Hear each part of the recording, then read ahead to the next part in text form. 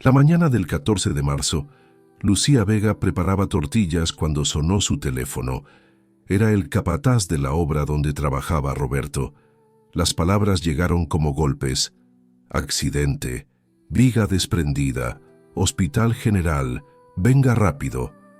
Lucía dejó caer el comal y corrió hacia la puerta sin apagar la estufa. Sus 4 hijas la miraban asustadas desde la mesa. Sofía, la mayor de 12 años, preguntó qué pasaba. Lucía apenas pudo responder que cuidara a sus hermanas, que volvería pronto. Pero en su corazón ya sabía que nada sería igual. En el hospital un médico joven le dio la noticia que destrozaría su mundo. Roberto había muerto en el impacto. La viga le golpeó el pecho, fracturando costillas que perforaron sus pulmones. Muerte instantánea, dijo el doctor, como si eso fuera un consuelo. Lucía se quedó paralizada en el pasillo verde del hospital, incapaz de procesar las palabras. Roberto tenía 37 años, ella 35, y 4 hijas que alimentar, Sofía de 12, Tomás de 9, y las gemelas Ana y Elena de 6 años. Los días siguientes fueron una pesadilla borrosa. El funeral con vecinos murmurando condolencias vacías. La madre de Roberto culpándola por distraerlo llevándole comida. Los compañeros de trabajo juntando apenas suficiente para una semana de gastos. El patrón de la constructora entregándole un sobre con el último pago y lavándose las manos de cualquier responsabilidad. Lucía quiso gritar que la viga estaba mal asegurada, que todos lo sabían, pero las palabras se ahogaron en su garganta. ¿De qué servía pelear? Roberto estaba muerto. La realidad golpeó cuando llegaron las cuentas. Alquiler, servicios, comida, uniformes escolares, medicinas para el asma de Tomás. Abrió la caja de ahorros y encontró 3,000 pesos. En su cartera había 500 más. 3,500 pesos entre ella y la calle. Esa noche, después de acostar a las niñas, Lucía lloró hasta quedarse sin lágrimas. Luego sacó una libreta y comenzó a hacer cuentas. Necesitaba trabajo, ya. Lucía había sido maestra de primaria antes de casarse. Se graduó con honores de la escuela normal. Enseñó 3 años en una escuela rural. Pero cuando nació Sofía, Roberto le pidió que dejara de trabajar. Una madre debía estar en casa, decía. Lucía aceptó, joven y enamorada. Dejó su trabajo, dejó expirar su certificación, dejó pasar los años. Ahora, 12 años después, descubrió que volver a enseñar requería renovar certificaciones, tomar cursos, pagar inscripciones que no podía costear. El proceso tomaría 6 meses. No tenía 6 meses. Buscó trabajo desesperadamente. Tocó puertas de tiendas, restaurantes, oficinas. Siempre la misma respuesta. Sin experiencia reciente, sin referencias actualizadas, sin disponibilidad completa. Las puertas se cerraban una tras otra. El dinero se acababa. Don Fermín, el dueño de su casa, tocaba cada mañana exigiendo el alquiler. Lucía rogaba más tiempo, solo una semana. Él amenazaba con sacarlas a la calle. La vergüenza de rogar mientras los vecinos observaban era casi tan dolorosa como perder a Roberto. Una tarde en el mercado, Lucía escuchó a 2 mujeres conversando. Una mencionó que don Esteban Morales del rancho San Jerónimo buscaba empleada doméstica. La otra respondió que nunca trabajaría allí, que don Esteban era un viejo raro que vivía solo desde que murió su esposa, que su sobrino Rodrigo manejaba todo porque el viejo ya no estaba bien de la cabeza. Lucía se quedó escuchando cada palabra. Empleada doméstica. No era lo que había soñado, pero era trabajo, era dinero, era una oportunidad. Al día siguiente, Lucía caminó 5 kilómetros hasta el rancho San Jerónimo. El camino de terracería estaba lleno de baches y el sol caía implacable. Cuando llegó a la entrada se detuvo para recuperar el aliento.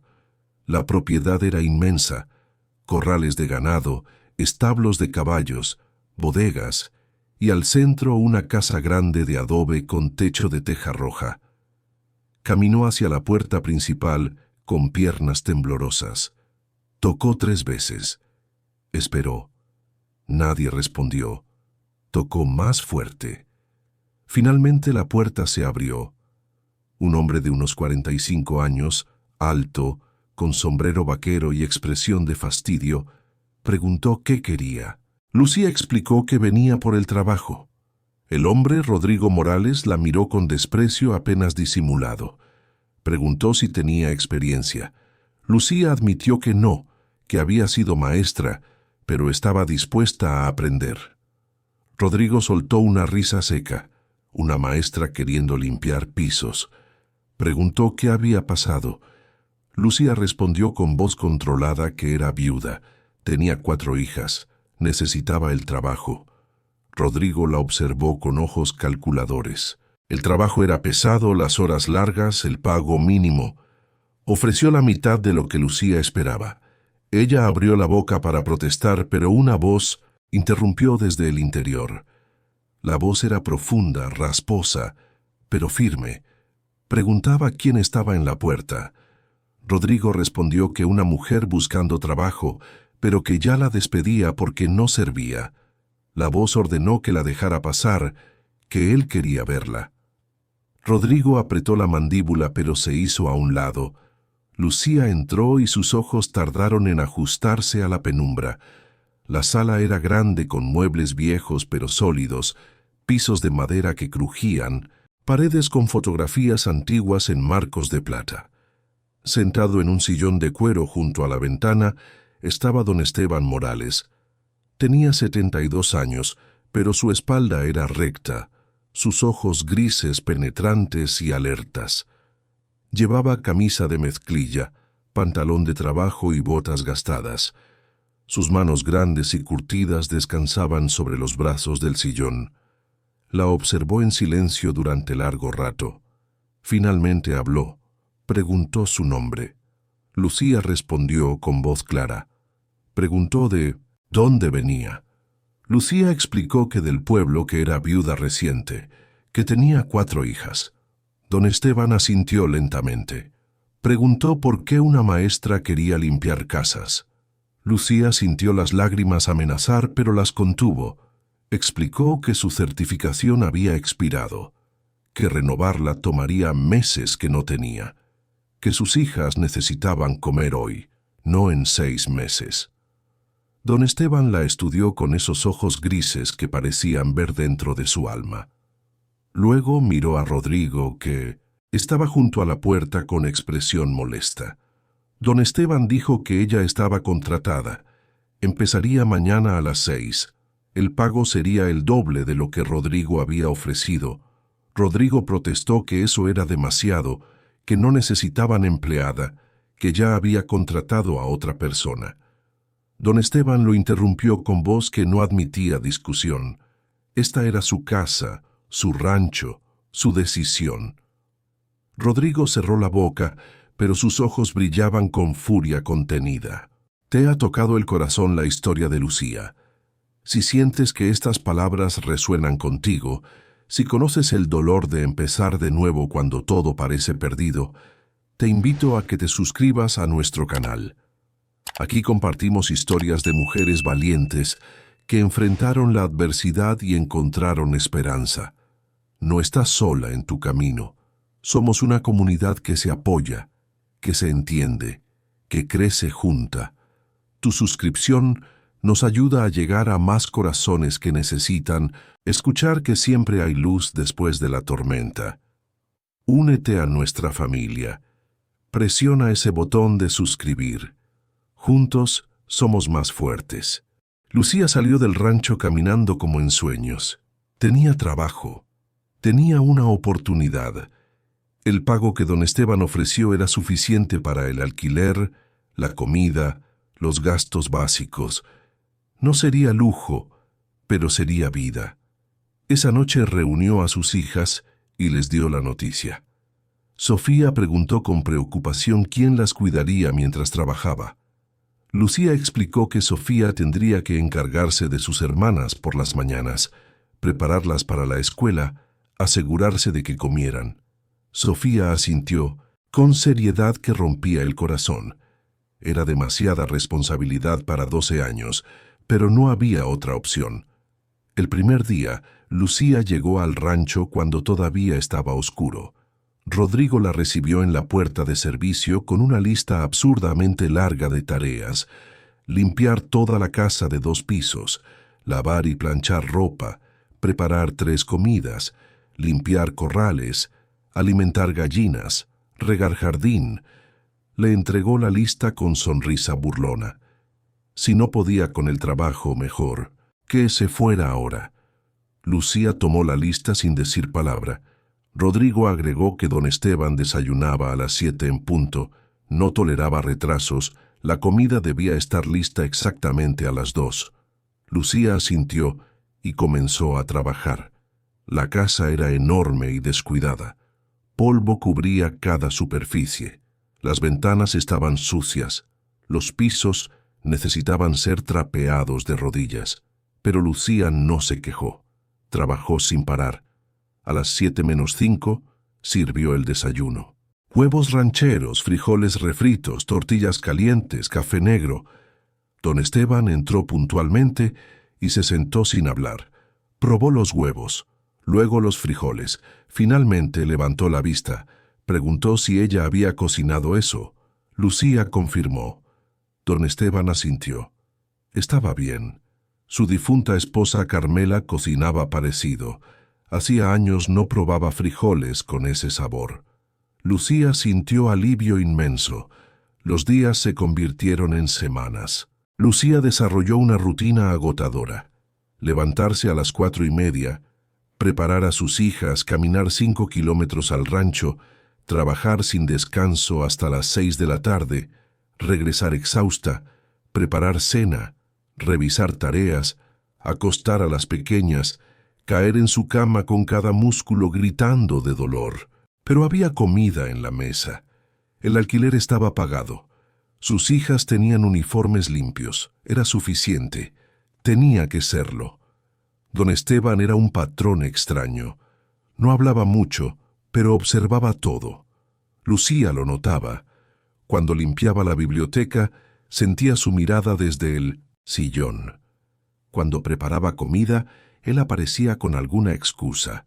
Cuando regaba el jardín, lo veía observándola desde la ventana. No era mirada incómoda o inapropiada.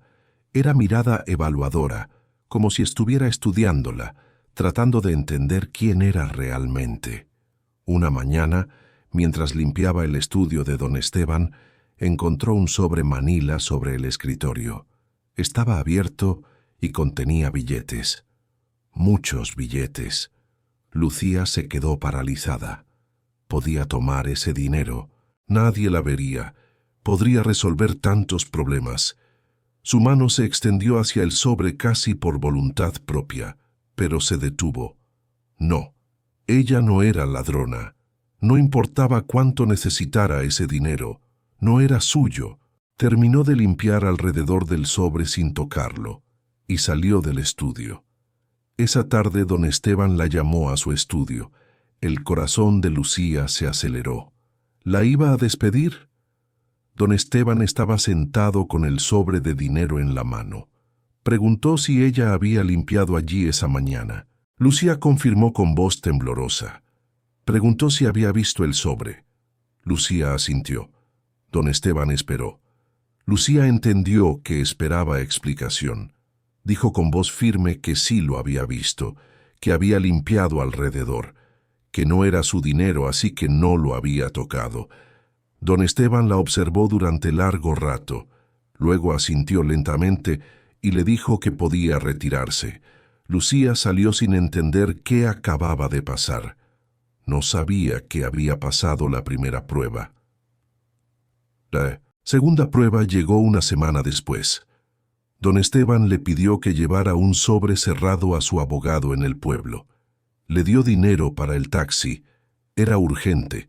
Lucía tomó el sobre y salió inmediatamente. En el taxi sostuvo el sobre en sus manos. Estaba sellado, pero no era grueso. Podría abrirlo con cuidado, leer el contenido, sellarlo de nuevo. Nadie se daría cuenta.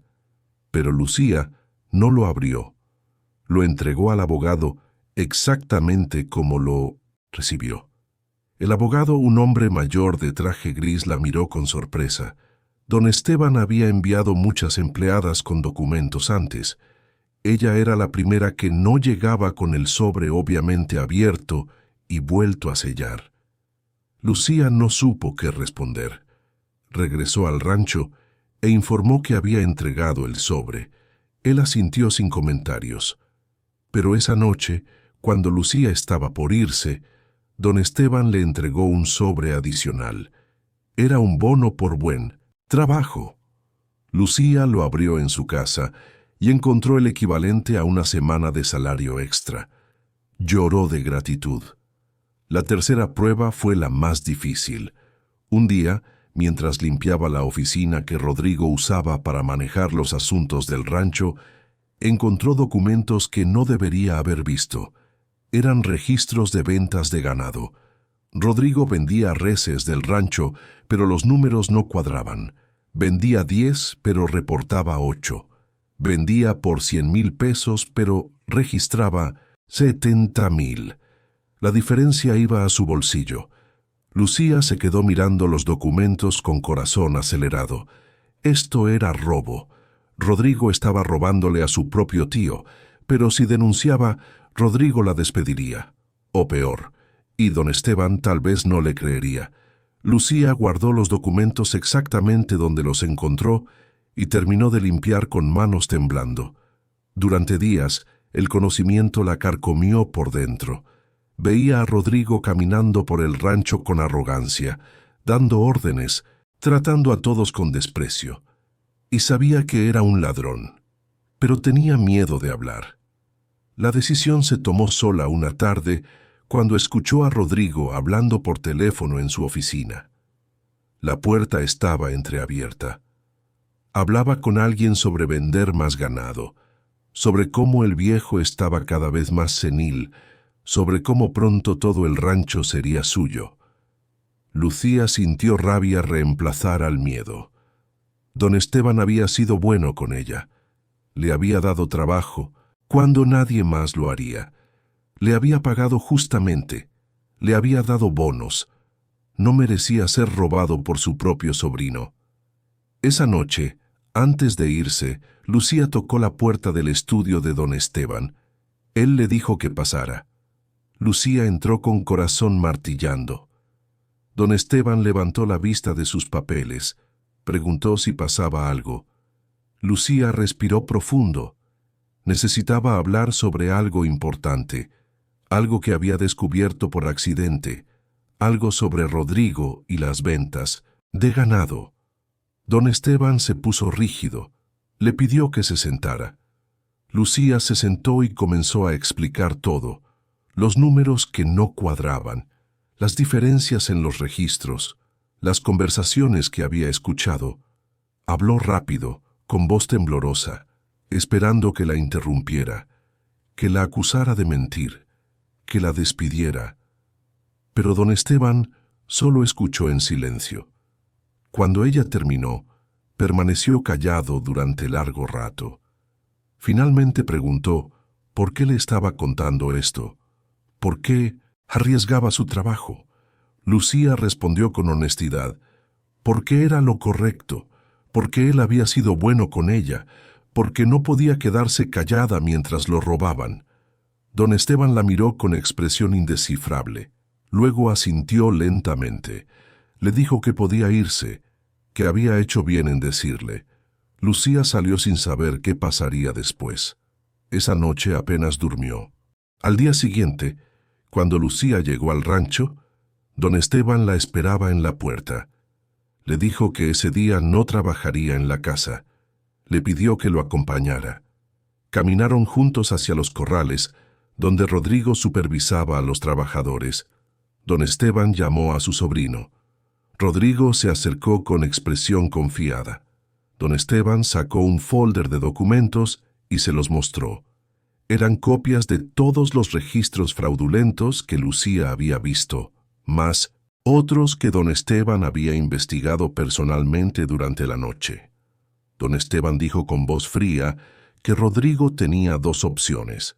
Podía devolver todo el dinero robado y marcharse del rancho inmediatamente, o podía ir a la cárcel por fraude y robo. Rodrigo palideció. Intentó negar todo, intentó culpar a otros, intentó decir que el viejo estaba confundido, pero don Esteban no lo dejó hablar. Le dio hasta el final del día para empacar y desaparecer. Rodrigo miró a Lucía con odio puro. Supo inmediatamente quién había hablado. Dijo con voz llena de veneno que ella lo pagaría, que una simple sirvienta no tenía derecho a meterse en asuntos de familia, que esto no se quedaría así. Don Esteban dio un paso adelante. Si Rodrigo se acercaba a Lucía o a su familia, él personalmente se encargaría de que pasara el resto de su vida en la cárcel. Rodrigo apretó los puños, pero no dijo nada más. Se dio la vuelta y caminó hacia la casa con pasos furiosos. Don Esteban se volvió hacia Lucía. Le agradeció por su honestidad. Había hecho algo que nadie más en el rancho había tenido el valor de hacer. Lucía solo asintió, todavía temblando. No sabía que acababa de pasar la última prueba. No sabía que don Esteban había estado buscando durante años a alguien exactamente como ella. Rodrigo se fue, esa tarde, pero no sin lanzar amenazas que resonaron por todo el lugar. Subió a su camioneta negra y se detuvo frente a donde Lucía estaba parada. Bajó la ventanilla y le dijo con odio que disfrutara su pequeña victoria, que una mujer como ella nunca sería más que una sirvienta, que pronto estaría de vuelta en la calle donde pertenecía. Lucía no respondió. Mantuvo la cabeza en alto hasta que Rodrigo arrancó levantando polvo. Don Esteban puso una mano en su hombro. Le dijo que no se preocupara, que Rodrigo era un cobarde que solo sabía amenazar. Los días siguientes fueron extraños. Sin Rodrigo, el rancho necesitaba nuevo administrador. Don Esteban asumió personalmente muchas tareas, pero a sus 72 años, el trabajo era agotador. Lucía lo veía regresar cada tarde más cansado. Una noche, mientras ella servía la cena, don Esteban le preguntó si sabía algo de administración. Lucía respondió que no mucho, solo lo básico que cualquier maestra necesitaba para manejar presupuestos escolares. Don Esteban asintió pensativo. Luego le propuso algo inesperado. Además de sus tareas en la casa, le gustaría que lo ayudara con la parte administrativa del rancho, llevar registros, organizar documentos, coordinar con proveedores. Le pagaría extra. Lucía aceptó sin dudar. Lucía comenzó a pasar las tardes en la oficina que antes ocupaba Rodrigo, limpiando el desorden, organizando archivos, aprendiendo sobre el negocio del rancho. Descubrió que tenía facilidad para los números y la organización.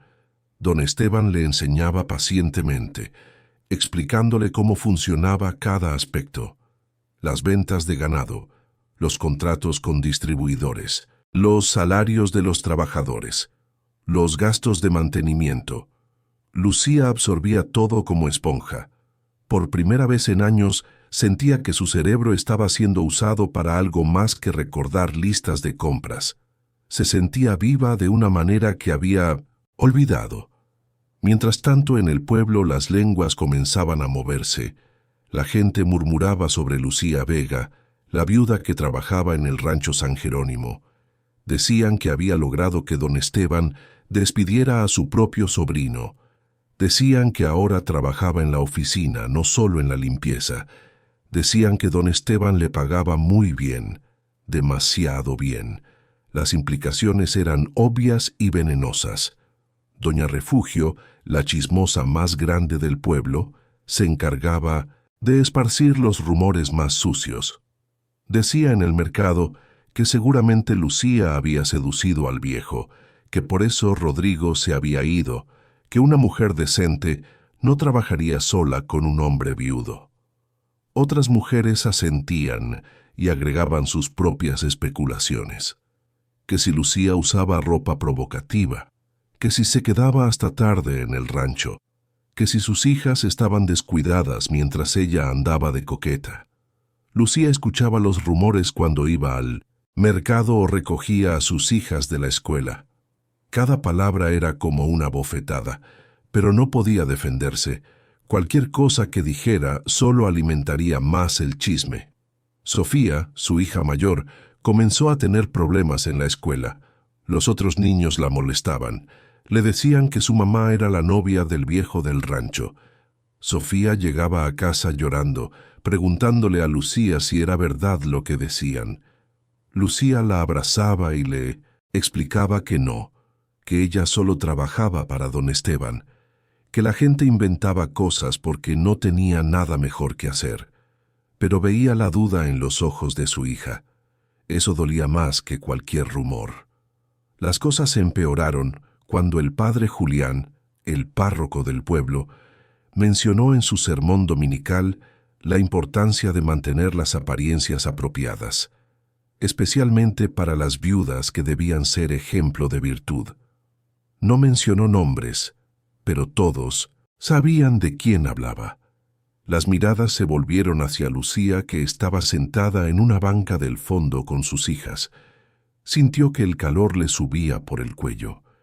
Quiso levantarse y salir corriendo, pero se obligó a quedarse sentada con la cabeza en alto. Después de la misa, el padre Julián la llamó aparte. Le dijo con voz suave pero firme que había escuchado rumores preocupantes, que como pastor de la comunidad tenía el deber de aconsejarla, que trabajar tan cercanamente con un hombre viudo no era apropiado, que debería considerar buscar otro empleo. Lucía lo miró directamente a los ojos. Le preguntó si él le conseguiría ese otro empleo, si él pagaría su alquiler, si él alimentaría a sus hijas. El padre Julián se quedó callado. Lucía continuó. Le dijo que ella no había hecho nada malo, que trabajaba honestamente, que los rumores eran mentiras de gente ociosa y que si él realmente se preocupaba por su bienestar, defendería su reputación en lugar de contribuir a destruirla. Luego se dio la vuelta y se fue. Don Esteban se enteró de los rumores por uno de sus trabajadores. Ese día, cuando Lucía llegó al rancho, él la esperaba en la sala. Le pidió que se sentara. Lucía obedeció, temiendo lo peor. Don Esteban le dijo que sabía lo que la gente estaba diciendo, que entendía que ella quería renunciar para proteger su reputación. Lucía sintió pánico. No podía perder este trabajo, no podía volver a la desesperación. Respondió rápidamente que no quería renunciar, que necesitaba el trabajo, que no le importaba lo que dijera la gente. Don Esteban la observó con esos ojos grises penetrantes. Luego asintió. Le dijo que a él tampoco le importaba lo que dijera la gente, que ella era la mejor empleada que había tenido en años, que era honesta y trabajadora, y que mientras él fuera dueño de ese rancho, ella tendría trabajo allí. Lucía sintió que las lágrimas finalmente se desbordaban. Murmuró un agradecimiento entrecortado. Don Esteban le entregó un pañuelo limpio. Le dijo que se secara las lágrimas, que tenían trabajo que hacer. Ese simple gesto de bondad en medio de tanta crueldad del pueblo hizo que Lucía sintiera algo que no había sentido desde la muerte de Roberto. Sintió que no estaba completamente sola. El viernes por la tarde, mientras Lucía organizaba documentos en la oficina del rancho, escuchó el sonido de un vehículo acercándose. Miró por la ventana y vio una camioneta lujosa de color plata estacionándose frente a la casa. Don Esteban salió a recibir a los visitantes con expresión que mezclaba alegría y tristeza. De la camioneta bajaron 3 personas. Primero, un hombre de unos 35 años, alto y bien vestido. Luego, una mujer delgada de 1900, cabello negro recogido, usando lentes de sol grandes y hablando por teléfono. Y finalmente, un niño pequeño que saltó del asiento trasero antes de que el vehículo se detuviera completamente. El niño tenía 7 años, cabello oscuro despeinado, rodillas raspadas y una energía salvaje. Era Mateo, el bisnieto de don Esteban. Lucía observó desde la ventana cómo don Esteban se arrodillaba con dificultad para abrazar al niño.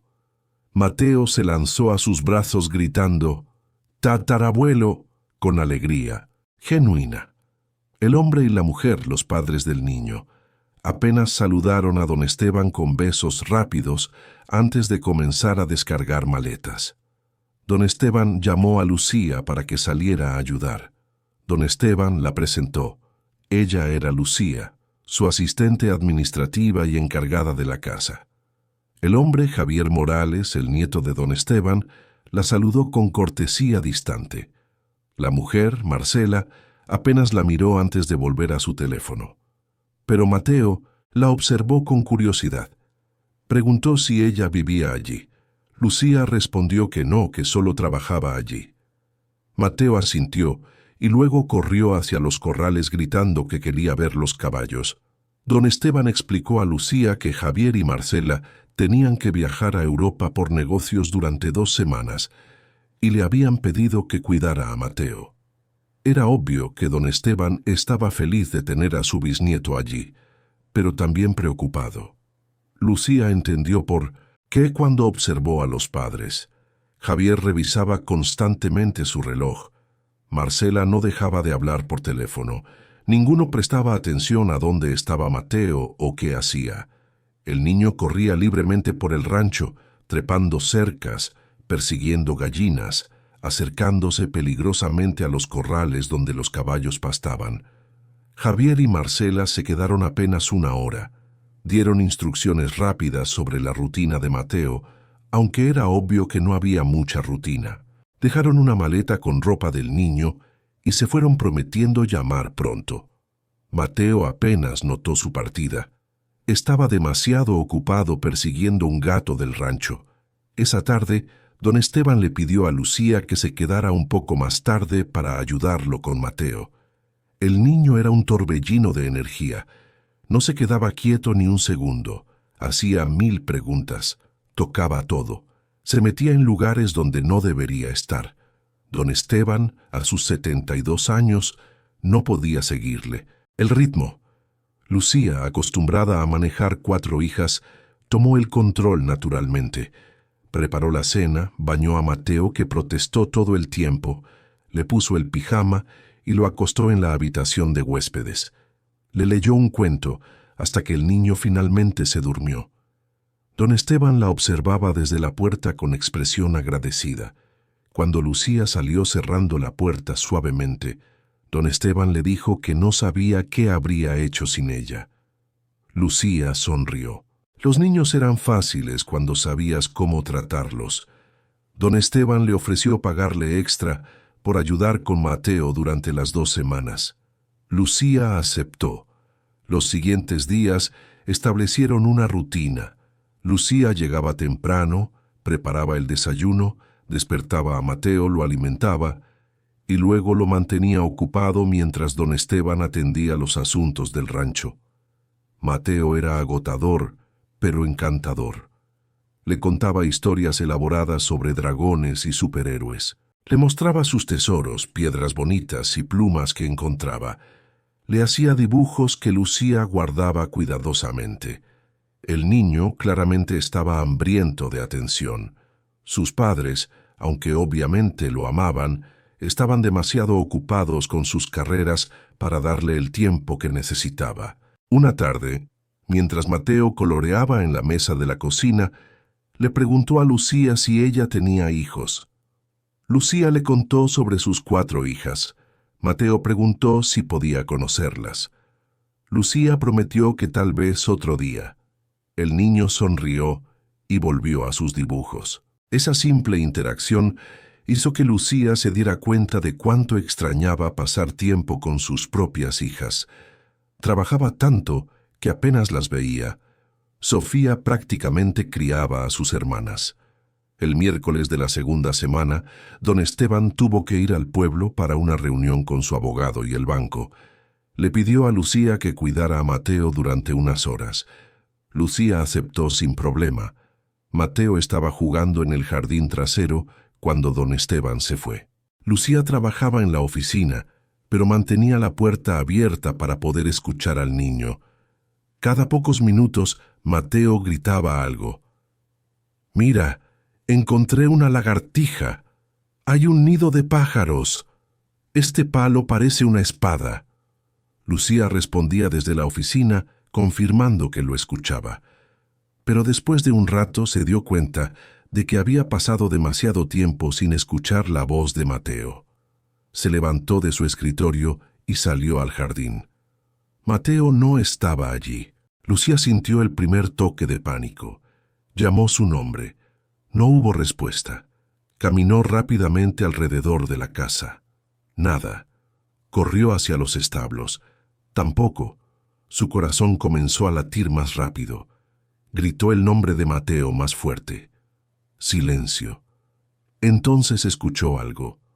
Un relincho fuerte de caballos. Venía de los corrales grandes al otro lado del rancho. Lucía corrió hacia los corrales con el corazón en la garganta. Cuando llegó, vio una escena que le heló la sangre. Mateo había trepado la cerca del corral y estaba parado en medio del espacio donde pastaban 6 caballos grandes. El niño estaba agachado mirando algo en el suelo. Los caballos, que habían estado tranquilos, de repente se agitaron. Uno de ellos relinchó fuerte y pateó el aire. Lucía vio lo que había asustado a los animales, una serpiente. Una víbora de cascabel se deslizaba por el suelo del corral, pasando peligrosamente cerca de Mateo. El niño la vio y gritó. El grito asustó más a los caballos. Los 6 animales comenzaron a moverse erráticamente, relinchando y pateando. Mateo estaba en medio de ellos, paralizado de miedo. Los cascos de los caballos golpeaban el suelo a centímetros de él. En segundos iban a pisotearlo. Lucía no pensó, no calculó, no consideró su propia seguridad. Solo actuó. Trepó la cerca de 2 metros con velocidad que no sabía que poseía. Saltó al corral. Corrió directamente hacia Mateo, esquivando los caballos aterrorizados. Uno de ellos la golpeó con su cuerpo, lanzándola hacia un lado. Lucía se recuperó y siguió corriendo. Alcanzó a Mateo justo cuando un caballo levantaba sus patas traseras para patear. Lucía se lanzó sobre el niño, cubriéndolo completamente con su cuerpo. Sintió el impacto del casco del caballo en su espalda. El dolor fue cegador. Otro caballo la pateó en las costillas. Lucía gritó, pero no soltó a Mateo. Lo mantuvo protegido bajo su cuerpo, mientras los caballos seguían moviéndose frenéticamente a su alrededor. Los trabajadores del rancho escucharon los gritos y vinieron corriendo. 3 hombres entraron al corral con palos y cuerdas, calmando a los caballos y alejándolos. Finalmente, cuando los animales estuvieron controlados, uno de los trabajadores, un hombre mayor llamado Eusebio, ayudó a Lucía a levantarse. Ella apenas podía respirar. El dolor en su espalda y costillas era insoportable, pero lo primero que hizo fue revisar a Mateo. El niño estaba llorando, aterrorizado, pero ileso.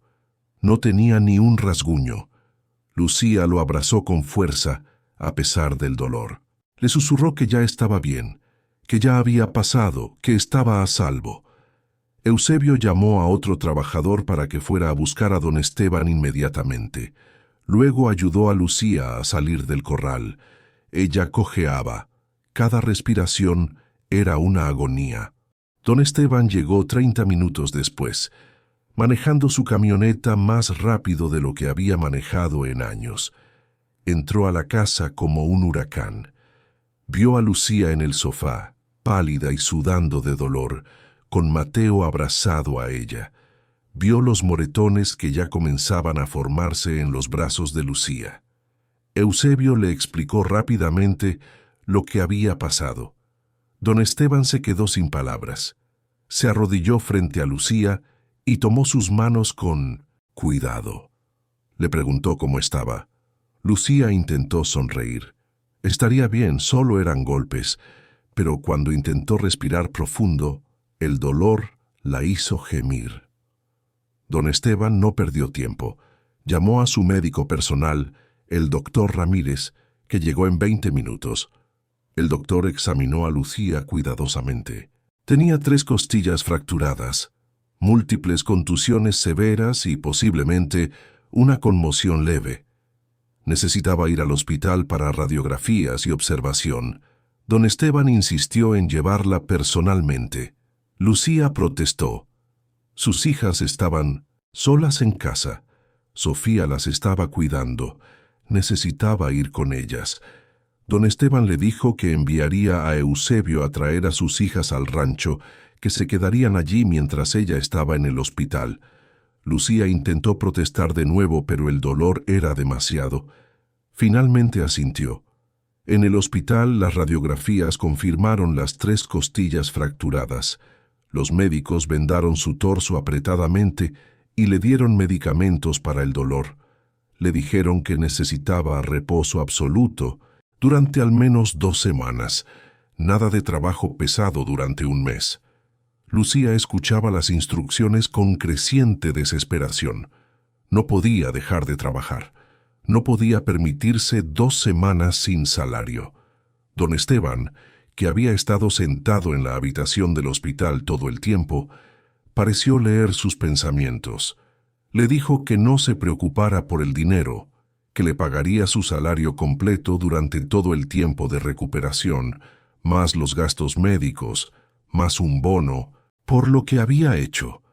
Lucía comenzó a llorar, no de dolor sino de alivio y gratitud.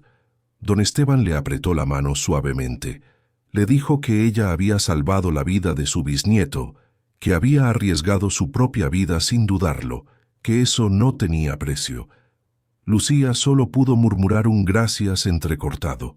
Esa noche, Lucía fue dada de alta con instrucciones estrictas de reposo. Don Esteban la llevó de vuelta al rancho donde sus 4 hijas la esperaban ansiosas. Sofía corrió a abrazarla, pero se detuvo al ver los vendajes. Las gemelas lloraban. Tomás estaba pálido de preocupación. Lucía las reunió a todas y les aseguró que estaba bien, que solo necesitaba descansar un poco. Don Esteban había preparado 2 habitaciones de huéspedes para ellas. Les dijo que se quedarían en el rancho hasta que su mamá se recuperara. Las niñas miraban todo con ojos grandes. Nunca habían estado en una casa tan grande. Mateo, que había estado callado y sombrío desde el accidente, se acercó tímidamente a Sofía. Le dijo que su mamá era una heroína, que lo había salvado, que los caballos lo iban a matar, pero ella no dejó que pasara. Sofía miró a su madre con nuevos ojos, con orgullo, con admiración. Lucía pasó 3 días en cama en el rancho, moviéndose apenas lo necesario, porque cada respiración le recordaba las costillas fracturadas. Sus hijas la cuidaban con devoción que le partía el corazón. Sofía le traía té y le leía en voz alta. Tomás le hacía dibujos para alegrarla. Las gemelas se turnaban para sentarse junto a su cama y contarle historias inventadas. Don Esteban visitaba la habitación varias veces al día, siempre trayendo algo: fruta fresca, revistas, una manta más suave.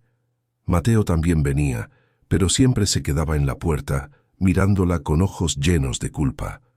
Lucía lo llamaba cada vez, le pedía que se acercara, le decía que no era su culpa, que ella estaba bien. El 4.º día, cuando Lucía finalmente pudo sentarse sin sentir que se desmayaría del dolor, don Esteban entró a la habitación con expresión seria. Le pidió que hablaran en privado. Lucía envió a sus hijas a jugar con Mateo al jardín. Cuando se quedaron solos, Don Esteban cerró la puerta y se sentó en la silla junto a la cama. Don Esteban comenzó diciendo que había estado pensando mucho en los últimos días. Lucía había demostrado algo que él había estado buscando durante años. Había demostrado un corazón verdaderamente bueno. No solo honestidad, que ya había probado antes. No solo trabajo duro que hacía todos los días, sino algo más profundo, valentía desinteresada, la capacidad de poner la vida de otro por encima de la propia sin pensarlo dos veces. Don Esteban hizo una pausa. Sus ojos grises se humedecieron ligeramente. Su difunta esposa, Carmela, siempre había querido ayudar a mujeres como Lucía, mujeres viudas que luchaban solas, mujeres fuertes que solo necesitaban una oportunidad. Carmela había planeado crear un programa de ayuda, pero murió antes de poder hacerlo. Don Esteban había guardado esa intención en su corazón durante 5 años, esperando encontrar a la persona correcta para honrar el sueño de su esposa. Y ahora la había encontrado. Lucía escuchaba sin entender completamente a dónde iba esto. Don Esteban continuó. Quería darle algo, no como pago por salvar a Mateo, porque eso no tenía precio, sino como reconocimiento de quién era ella como persona, como inversión en su futuro y el de sus hijas. Don Esteban sacó un sobre manila de su chaqueta y lo colocó en las manos de Lucía. Le dijo que abriera. Lucía abrió el sobre con manos temblorosas y sacó varios documentos. Eran escrituras de propiedad. Lucía leyó las palabras, pero no las procesaba. Don Esteban explicó. En la esquina más alejada de su rancho había un viejo granero que había pertenecido a su abuelo. El granero había estado abandonado durante décadas. Nadie lo quería porque estaba inclinado de manera extraña, como si algo muy pesado lo jalara hacia un lado. La gente del pueblo decía que estaba embrujado, pero don Esteban sabía la verdad. Su abuelo había construido ese granero con un propósito específico. Y ahora don Esteban quería que ese granero y todo lo que contenía fuera de Lucía.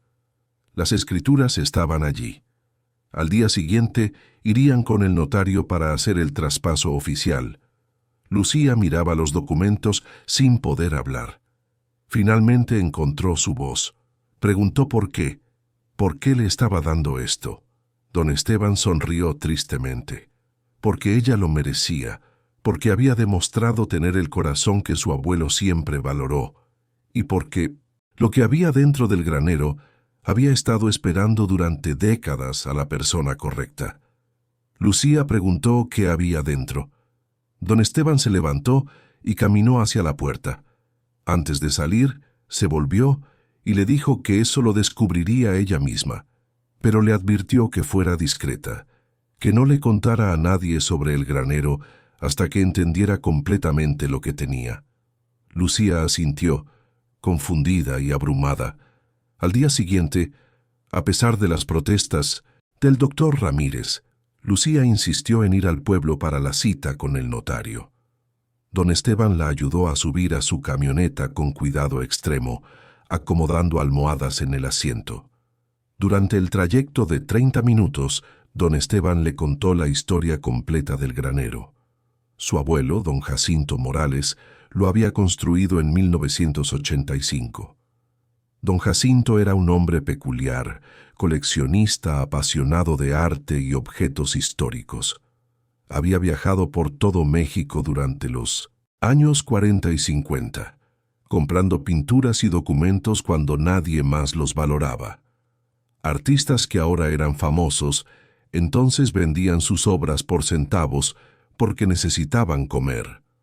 Don Jacinto las compraba todas, no por inversión calculada, sino porque amaba genuinamente el arte y quería preservarlo. Cuando don Jacinto envejeció y observó cómo sus propios hijos solo esperaban su muerte para heredar, decidió esconder su colección más valiosa. Construyó el granero con una cámara subterránea secreta que ningún arquitecto oficial conocía.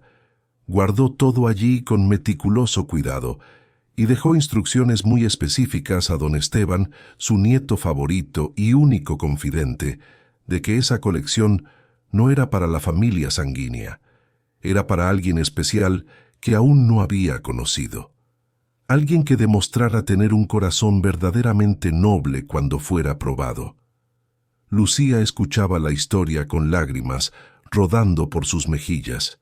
Cuando llegaron a la oficina del notario, Lucía sintió un nudo en el estómago. El notario Cisneros, un hombre mayor de lentes gruesos, los recibió con cordialidad. Don Esteban había hablado con él previamente.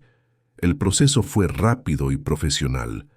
El notario explicó que el granero y el terreno circundante, aproximadamente 2 hectáreas, estaban siendo transferidos completamente a nombre de Lucía Ramírez Vega. Todo lo contenido dentro también pasaba a ser legalmente suyo. No había condiciones ni restricciones. Era una donación pura y simple. Lucía firmó donde le indicaron con manos temblorosas. Cuando el notario le entregó las escrituras certificadas, Lucía sintió que el peso del documento era imposiblemente pesado, no por el papel, sino por lo que representaba. Una oportunidad, una segunda oportunidad que nunca había esperado recibir. Salieron de la oficina y don Esteban sugirió que fueran directamente al granero. Lucía asintió, ansiosa y aterrada al mismo tiempo. El granero estaba ubicado en la esquina más alejada del rancho San Jerónimo, casi en el límite con la propiedad vecina. Para llegar allí, tuvieron que manejar por un camino interno que claramente no había sido usado en años. La maleza crecía alta a ambos lados. Ramas de árboles raspaban los costados de la camioneta. Después de 10 minutos de avance lento, el granero apareció ante ellos. Lucía contuvo el aliento. La estructura era grande, construida con madera oscura y adobe, con techo de lámina oxidada. Pero lo más impactante era su inclinación. Todo el edificio se inclinaba hacia el este en un ángulo que desafiaba la lógica. Parecía que en cualquier momento se derrumbaría. Don Esteban estacionó y ayudó a Lucía a bajar. Ella caminó lentamente hacia el granero, cada paso cuidadoso porque sus costillas protestaban. Se detuvo frente a la puerta principal. Don Esteban sacó un juego de llaves antiguas y se las entregó. La llave grande abría la puerta principal, la mediana una puerta interior, y la pequeña el cofre subterráneo. Lucía tomó las llaves con reverencia, insertó la llave grande en la cerradura oxidada. Tuvo que forzarla, pero finalmente el mecanismo cedió. Empujó la puerta que se abrió con un gemido largo de bisagras sin usar en décadas. El interior estaba oscuro. Don Esteban encendió una linterna potente y se la entregó. Lucía entró primero, iluminando el espacio. El granero era enorme por dentro. El piso era de concreto agrietado, las paredes interiores de madera oscura. Había estantes vacíos, cajas apiladas, herramientas viejas cubiertas de polvo. Pero lo más notable era cómo todo estaba inclinado.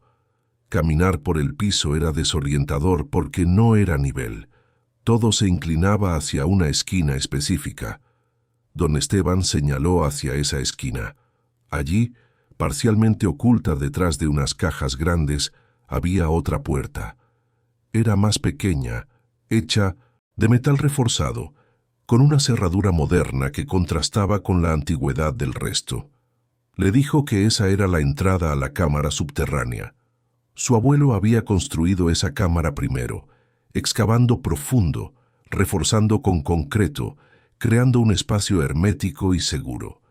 Luego construyó el granero encima para ocultarla. El peso de lo guardado en la cámara era tan inmenso que con los años la estructura completa comenzó a inclinarse hacia ese punto. La inclinación servía como advertencia perfecta. Cualquiera pensaría que estaba a punto de colapsar y se mantendría alejado. Lucía se acercó a la puerta de metal. Insertó la llave mediana. Esta giró suavemente. La puerta se abrió revelando una escalera de concreto que descendía en la oscuridad. Don Esteban le entregó la linterna y le dijo que bajara, que él esperaría arriba, porque sus rodillas ya no le permitían subir y bajar escaleras fácilmente. Lucía miró la escalera, con el corazón latiendo fuerte. Comenzó a descender. Los escalones eran empinados y estrechos. Contó 20 antes de llegar al fondo. Se encontró en un espacio rectangular de aproximadamente 6 metros por 8. Las paredes eran de concreto sólido, el techo bajo apenas 2 metros de altura, y cada centímetro estaba ocupado. Lucía movió la linterna lentamente, iluminando el contenido de la cámara, y su respiración se detuvo. Las paredes estaban cubiertas con estantes de metal que sostenían pinturas cuidadosamente envueltas en telas protectoras. Lucía se acercó a la más cercana y con cuidado extremo retiró la tela. Era una pintura al óleo de tamaño mediano que mostraba a una mujer indígena con flores. El estilo era inconfundible, los colores vibrantes, la intensidad emocional. En la esquina inferior derecha estaba la firma: Diego Rivera. Lucía casi dejó caer la linterna. Volvió a cubrir la pintura con manos temblorosas y se movió a la siguiente. Esta mostraba un autorretrato de una mujer con cejas prominentes y mirada penetrante. Frida Kahlo. La siguiente era una composición abstracta de formas geométricas y colores intensos. Rufino Tamayo. Lucía comenzó a revisar más pinturas, cada una más valiosa que la anterior. Había docenas de ellas. En el centro de la cámara había 3 baúles grandes de madera reforzada con metal. Lucía abrió el primero. Contenía documentos históricos protegidos en carpetas de archivo profesional. Cartas originales escritas a mano por figuras de la Revolución Mexicana. Fotografías antiguas de batallas y generales. Manuscritos de escritores famosos. El segundo baúl contenía joyería de época, collares Art Deco de los años 20, anillos con diamantes y esmeraldas, pulseras de platino, broches antiguos con perlas, todo organizado meticulosamente en compartimentos forrados de terciopelo. El tercer baúl era el más pesado. Cuando Lucía lo abrió, entendió por qué el granero se inclinaba. El baúl estaba lleno de barras de plata y oro. Cada barra marcada con sellos oficiales y fechas. Lucía contó rápidamente. Había al menos 50 barras de plata y 20 de oro. El peso combinado debía ser de varias toneladas, pero eso no era todo. En la esquina más alejada había un cofre de acero macizo empotrado en el piso. Lucía usó la llave pequeña para abrirlo. Dentro encontró más documentos. Certificados de autenticidad para cada pieza de arte, evaluaciones profesionales realizadas en los años 80, y una carta. Lucía sacó la carta con cuidado. Estaba escrita en papel grueso, con tinta negra en caligrafía elegante. Comenzaba: «A quien encuentre esto y sea digno de recibirlo». Lucía leyó la carta completa con lágrimas corriendo por su rostro. Don Jacinto Morales explicaba en sus propias palabras por qué había creado esta cámara. Contaba cómo había comprado estas obras cuando los artistas eran pobres y desconocidos, cómo había pagado precios justos cuando otros regateaban cruelmente, cómo había preservado documentos históricos que otros habrían destruido. Explicaba que sus propios hijos habían resultado ser codiciosos y egoístas, interesados solo en dinero fácil. Por eso había decidido que su colección iría a alguien diferente, alguien que entendiera el verdadero valor de las cosas, no el precio, sino el valor, alguien que usara esta fortuna no para acumular más riqueza, sino para hacer el bien, para ayudar a otros, para crear oportunidades. La carta terminaba con una bendición. Que uses esto sabiamente, que honres el trabajo de los artistas que crearon estas obras, que recuerdes que la verdadera riqueza está en lo que das, no en lo que guardas. Lucía subió las escaleras lentamente, todavía procesando lo que había visto. Don Esteban la esperaba sentado en una caja vieja, limpiando sus lentes con un pañuelo. Cuando vio la expresión en el rostro de Lucía, sonrió. Le preguntó si ahora entendía. Lucía solo pudo asentir. Don Esteban le explicó que según las últimas evaluaciones que él había hecho discretamente con expertos de confianza, la colección completa valía entre 15 y 20 millones de dólares. Tal vez más si las piezas se vendían en el momento correcto a los compradores correctos. Lucía sintió que sus piernas no la sostenían. Se sentó en el piso inclinado del granero, sin importarle el dolor en sus costillas. 20 millones de dólares. Era una cantidad que no podía siquiera imaginar. Don Esteban se sentó junto a ella con dificultad. Le dijo que entendía que era abrumador, que él mismo había tardado años en procesar la responsabilidad cuando su abuelo se lo confió. Le aconsejó que no se apresurara, que tomara su tiempo para decidir qué hacer, que consultara con expertos, que fuera muy discreta, que no le contara a nadie, ni siquiera a sus hijas todavía, hasta que tuviera un plan sólido. Lucía preguntó por qué él no se había quedado con todo esto. Don Esteban respondió que porque no era suyo para quedárselo. Su abuelo había sido muy claro. Esto era para alguien que lo mereciera por sus acciones, no por su apellido. Y don Esteban había prometido honrar esa voluntad sin importar cuánto tiempo tomara encontrar a la persona correcta. Salieron del granero y don Esteban lo cerró con llave. Le entregó todas las llaves a Lucía. Le dijo que ahora todo era responsabilidad de ella, que él la ayudaría con consejos y contactos, pero que las decisiones eran suyas. Los siguientes meses fueron de transformación silenciosa pero profunda. Don Esteban contactó a un abogado especializado en arte y patrimonio en Guadalajara, el licenciado Mendoza. Lucía viajaba cada 2 semanas para reuniones, siempre acompañada por don Esteban. El licenciado trabajaba meticulosamente, catalogando cada pieza, trayendo expertos discretos para evaluaciones, preparando documentación legal. Poco a poco, comenzaron a vender las primeras piezas. Nada demasiado llamativo al principio. Un par de litografías de Rufino Tamayo a un coleccionista privado. Algunos documentos históricos menores a un museo. Cada venta generaba cantidades que para Lucía eran astronómicas. La primera venta le dio $150,000. Lucía lloró cuando vio el depósito en su cuenta bancaria nueva. Era más dinero del que había visto en toda su vida. El licenciado Mendoza le aconsejó que no tocara ese dinero todavía, que lo dejara invertido mientras continuaban con más ventas. Lucía obedeció, aunque cada día tenía que resistir la tentación de usarlo para comprar cosas que sus hijas necesitaban. Don Esteban le recordaba que pronto tendría más de lo que pudiera gastar, que la paciencia era importante.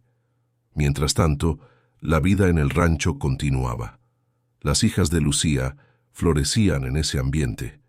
Sofía había madurado aún más, ayudando con las tareas administrativas del rancho, demostrando talento natural para los números y la organización. Tomás pasaba horas escribiendo historias en un cuaderno que don Esteban le había regalado. Sus cuentos eran sorprendentemente buenos para un niño de 9 años. Las gemelas Ana y Elena habían formado un vínculo inseparable con Mateo. Los 3 eran como hermanos, jugando juntos todo el día, inventando aventuras elaboradas. Cuando los padres de Mateo finalmente regresaron de Europa, el niño lloró. No quería irse. Javier y Marcela se sorprendieron al ver cuán apegado estaba su hijo a Lucía y sus hijas. Tuvieron una conversación larga con don Esteban. Al final, acordaron que Mateo pasaría los veranos y vacaciones en el rancho. El niño estaba radiante de felicidad. Lucía se había convertido en una segunda madre para él. En el pueblo, los rumores eventualmente comenzaron a disminuir. La gente se cansó de hablar de lo mismo. Surgieron nuevos chismes sobre otras personas. Rodrigo y su esposa Gabriela se mudaron a otra ciudad. Doña Refugio seguía murmurando ocasionalmente, pero ya nadie le prestaba mucha atención.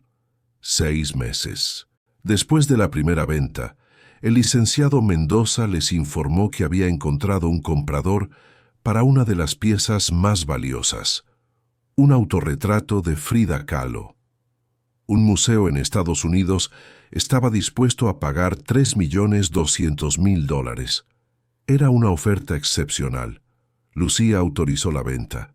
Cuando el dinero llegó a su cuenta, Lucía se sentó con don Esteban y el asesor financiero que el licenciado había recomendado. Discutieron cómo invertir y usar ese dinero sabiamente. El asesor sugirió diversificar, inversiones en fondos seguros, compra de propiedades, creación de un fideicomiso para la educación de sus hijas. Lucía estuvo de acuerdo con todo, pero también tenía sus propias ideas.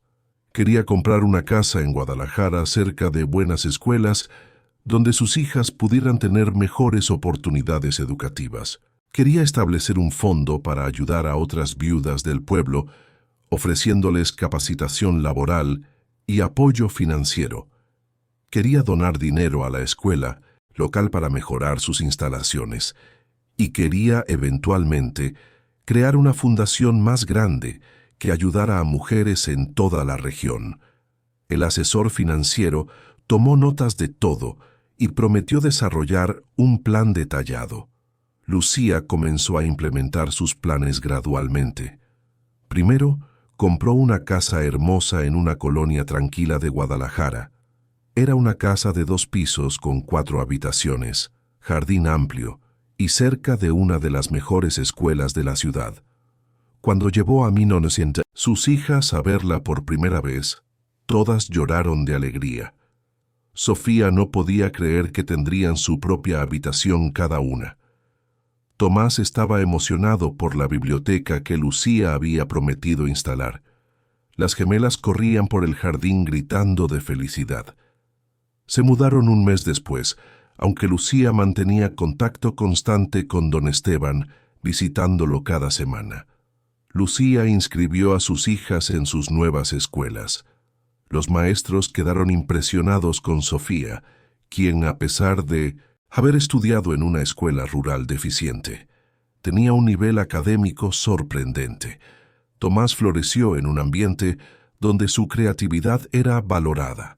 Las gemelas hicieron amigos rápidamente. Por primera vez, las niñas experimentaban una vida sin el peso constante de la pobreza y el juicio social. Lucía también se inscribió en un programa para renovar su certificación como maestra. Tomaba clases nocturnas mientras sus hijas hacían tareas. Era agotador, pero satisfactorio. Redescubrió su pasión por la enseñanza. 6 meses después, obtuvo su certificación renovada. Pero en lugar de buscar trabajo en una escuela existente, decidió crear la suya propia. Compró un edificio en un barrio de clase trabajadora de Guadalajara y lo transformó en una escuela comunitaria. La llamó Escuela Carmela Morales, en honor a la difunta esposa de don Esteban. La escuela ofrecería educación gratuita o de bajo costo para niños de familias de escasos recursos. Contrató a 5 maestros excelentes, pagándoles salarios justos.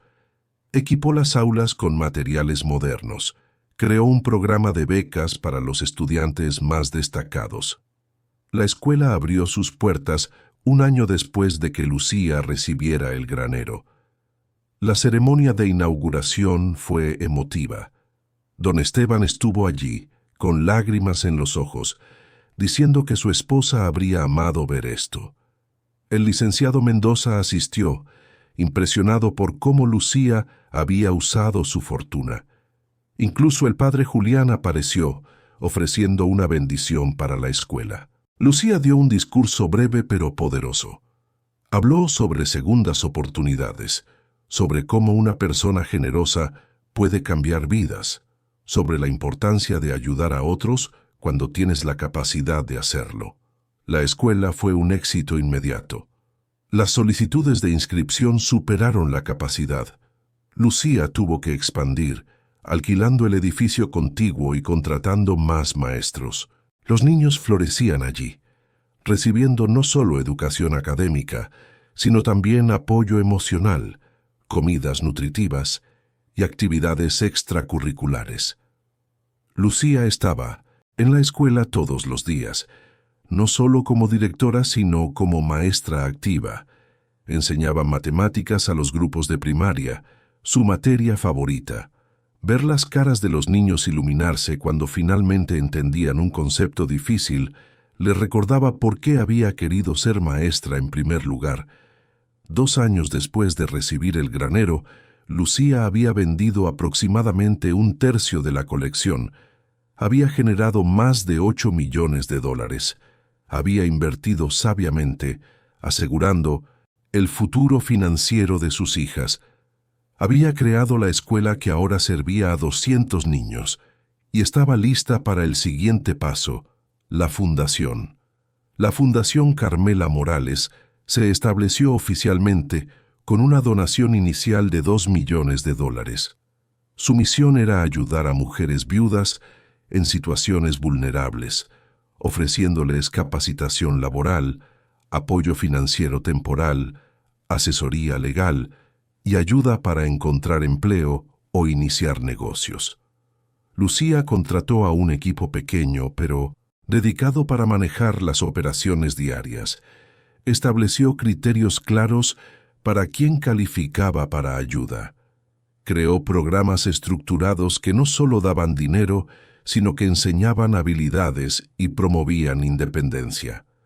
La fundación comenzó operando solo en Jalisco, pero Lucía tenía planes de expandirse eventualmente a otros estados.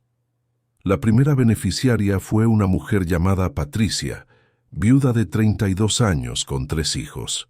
Su esposo había muerto en un accidente de tráfico, dejándola sin ingresos y con deudas. Patricia había aplicado a la fundación desesperada. Lucía la entrevistó personalmente.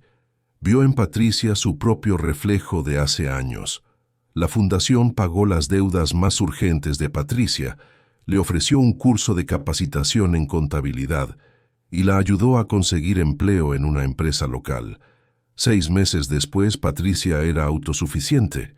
Visitó a Lucía para agradecerle, llorando de gratitud. Lucía la abrazó y le dijo que no agradeciera, que solo pagara el favor adelante cuando pudiera. Historias como la de Patricia se multiplicaron. La fundación ayudó a 50 mujeres el primer año. Cada historia era diferente, pero el resultado era similar. Mujeres que habían perdido la esperanza, la recuperaban. 4 años después de recibir el granero, Lucía recibió noticias tristes. Don Esteban había sufrido un derrame cerebral. Estaba en el hospital en estado grave. Lucía dejó todo y viajó inmediatamente al rancho con sus 4 hijas. Llegaron al hospital y encontraron a Javier, Marcela y Mateo en la sala de espera. Mateo, ahora de 11 años, corrió a abrazar a Lucía llorando. Javier le explicó que su abuelo había colapsado esa mañana. Los médicos no estaban seguros si sobreviviría. Lucía pidió ver a don Esteban. Las enfermeras inicialmente se negaron, pero Javier intervino diciendo que Lucía era familia. Lucía se acercó a la cama donde don Esteban yacía conectado a múltiples máquinas. Se veía tan frágil, tan diferente del hombre fuerte que había conocido. Tomó su mano con cuidado. Sus ojos estaban cerrados, pero cuando Lucía habló, diciéndole que estaba allí, sus párpados temblaron. Abrió los ojos lentamente. La miró y sonrió, débilmente. Intentó hablar, pero las palabras no salían claramente. Lucía le dijo que no hablara, que solo descansara, que ella estaría allí. Don Esteban apretó su mano con la poca fuerza que tenía. Don Esteban sobrevivió al derrame, pero quedó parcialmente paralizado y con dificultades para hablar. Los médicos dijeron que necesitaría cuidado constante. Javier y Marcela discutieron llevarlo a vivir con ellos a la ciudad, pero don Esteban se negó rotundamente. Quería quedarse en su rancho. Lucía se ofreció a contratar enfermeras de tiempo completo y a supervisar personalmente su cuidado. Javier aceptó agradecido. Lucía organizó todo. Contrató a 2 enfermeras excelentes que se turnaban las 24 horas. Adaptó una habitación en la planta baja para que él no tuviera que subir escaleras. Visitaba el rancho 3 veces por semana. Don Esteban mejoraba lentamente. Con terapia física, recuperó algo de movilidad. Su habla mejoró aunque permanecía lenta, pero su mente estaba clara. Reconocía a todos, recordaba todo, y cada vez que Lucía lo visitaba, sus ojos se iluminaban. Un día, 6 meses después del derrame, don Esteban le pidió a Lucía que se sentara junto a él. Con esfuerzo considerable, le dijo que quería cambiar su testamento. Quería dejarle el rancho completo a ella. Lucía protestó inmediatamente. No podía aceptar eso. El rancho debía quedarse en la familia. Javier y Mateo lo merecían. Don Esteban negó con la cabeza tercamente. Javier tenía su propia vida y carrera exitosa en la ciudad. Mateo heredaría suficiente de sus padres. El rancho necesitaba a alguien que lo amara y cuidara como él lo había hecho. Alguien como Lucía. Lucía tenía lágrimas corriendo por su rostro. Le dijo que él ya le había dado tanto, que no necesitaba darle más. Don Esteban sonrió. No era sobre necesidad, era sobre lo correcto. Ella había honrado el legado de su abuelo Jacinto mejor de lo que nadie de su propia familia habría hecho. Merecía el rancho. Lucía finalmente aceptó. Don Esteban llamó a su abogado esa misma semana y cambió su testamento oficialmente. Don Esteban vivió 3 años más, disfrutando de ver a Lucía y sus hijas prosperar, de jugar con Mateo durante las vacaciones, de escuchar historias sobre la escuela y la fundación. Fueron 3 años buenos, tranquilos, llenos de gratitud mutua.